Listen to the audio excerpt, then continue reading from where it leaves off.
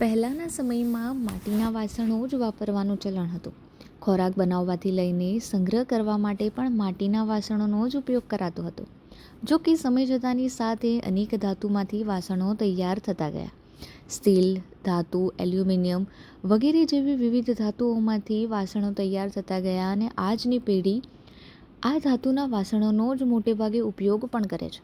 પરંતુ તાજેતરમાં જ હેલ્થ કોન્શિયસ પેઢીમાં હવે માટીના વાસણોને લઈને પણ જાગૃતતા જોવા મળી છે અને તેઓ પણ માત્ર માટીના વાસણો રાંધવા માટે નહીં પરંતુ ખાવા માટે પણ ઉપયોગ કરી રહ્યા છે, જેને લઈને સ્થાનિક બજારોમાં માટીમાંથી તૈયાર કરવામાં આવેલા વિવિધ વાસણોની માંગ વધવા પામી છે.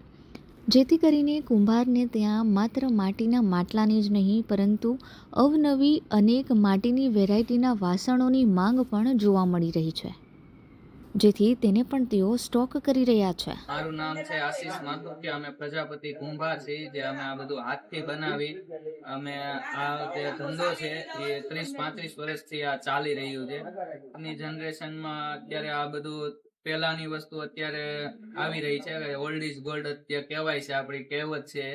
એની પ્રમાણે આ માટી રહી ને માટીના બહુ બધા ગુણ છે અંદર. માટીનું વાસણમાં ખાવાથી જે પહેલા આપણે ખાતા હતા ત્યારે જે પેલા આપણે હાથ પગના દુખાવા નહોતા થતા, 80 વર્ષના ડોહા હોય ને તો એ લોકોને નહોતું થતું. અત્યારે તે બાબતથી અત્યારે બધા માટીના વાસણમાં વળી રહ્યા છે પાછળ.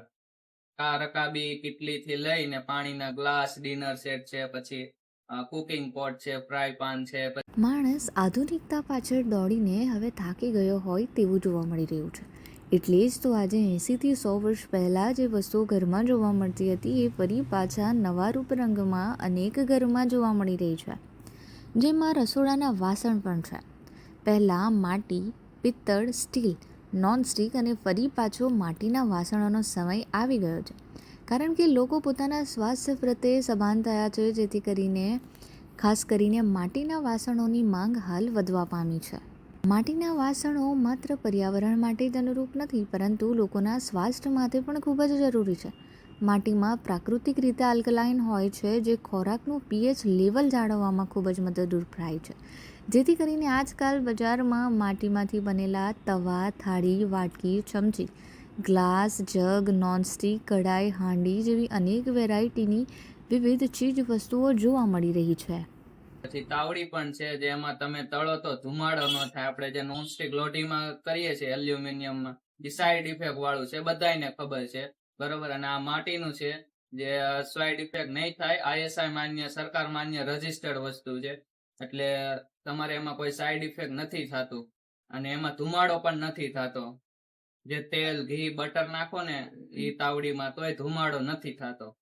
ની કોઈ બી વસ્તુ નાની એવી સમજી લ્યો ને તો 50 રૂપિયાથી લઈને આપણી પાસે 3000 સુધીની વસ્તુ છે. એમાં બધું જ આવી જાય. એનો કોમ્બો સેટ પણ આવે, એ બધું જ એમાં ઇન્ક્લુડ છે. એટલે ટૂંકમાં તમારે સિંગલ જોતું હોય તો સિંગલ પીસ પણ મળે, સેટ જોતો હોય તો સેટ મળે. અને મોસ્ટ ઓફ તો ખાસું એવું આપણે બધા લોકો વળી રહ્યા છે, એટલે મોસ્ટ ઓફ બહુ બધો કોમ્બો સેટ વધારે મહિનાનો જાય. આપણે 12 થી 13 સેટ જાય છે અને સિંગલ પીસ ની તો કોઈ ગણતરી અમે નથી કરતા, બહુ બધી જાય છે.